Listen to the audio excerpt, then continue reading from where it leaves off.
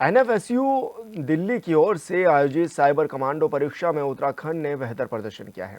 उत्तराखंड से 72 पुलिसकर्मी इस परीक्षा में चयनित हुए थे और परीक्षा में चयनित सबसे अधिक कर्मियों में उत्तराखंड तीसरे नंबर पर रहा है। वहीं एसएसपी एसटीएफ नवनीत ने बताया है कि 72 पुलिसकर्मी उत्तराखंड से इस परीक्षा में चयनित हुए थे। इसके साथ ही राज्य के से चयनित टॉप 3 पुलिसकर्मियों को ऑल इंडिया रैंक में दूसरा, छठा और 10वां स्थान प्राप्त हुआ है।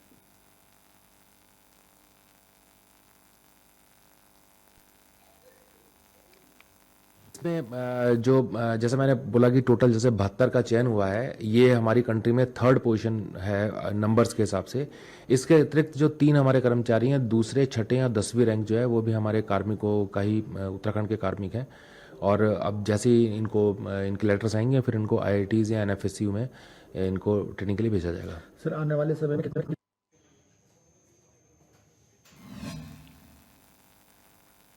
और संवाददाता योगेश आर्य हमारे साथ बने हुए हैं। योगेश, क्या कुछ जानकारी मिल रही है? जिस तरह से कहा भी जा रहा है कि 72 पुलिसकर्मियों का सिलेक्शन हुआ, किस तरह की ये परीक्षा, कितना फायदा उत्तराखंड को भी होगा, आने वाले समय में पुलिसिंग को होगा?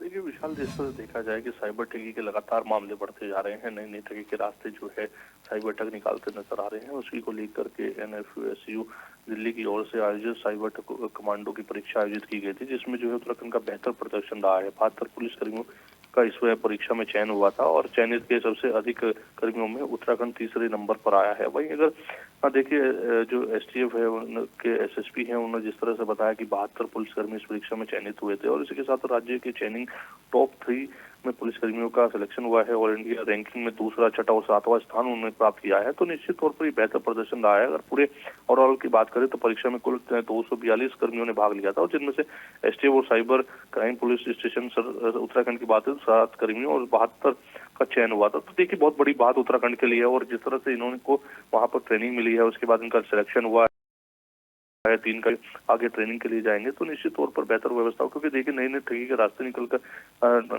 लेकर आ रहे हैं जो साइबर ठग है और वो लगातार ठगी करने का काम करते हैं। चाहे वो सस्ते उत्पादों की बात हो, चाहे वो नई एआई की जो प्लेटफॉर्मिंग आई है उसके जरिए की बात हो, चाहे वो फिर नई जो है जो साइट बनाकर जो उत्पाद है उनको ला करके ठगी करने का काम करते हो। तो निश्चित तौर पर इस तरह के मामले जब सामने आते हैं तो पुलिस को भी उनसे और आगे कदम बढ़ाने की आवश्यकता है और इसी के लिए साइबर कमांडो परीक्षा हुई थी और वहां पर जो है इनको इस ट्रेनिंग दी गई है और अब आगे बेहतर ट्रेनिंग करके ये लोग अच्छी व्यवस्था कर पाएंगे ताकि साइबर ठगों से निपटने के लिए हमेशा जो है पुलिस तैयार रहे। जी बिल्कुल योगेश, बहुत शुक्रिया आपका तमाम जानकारी साझा करने के लिए।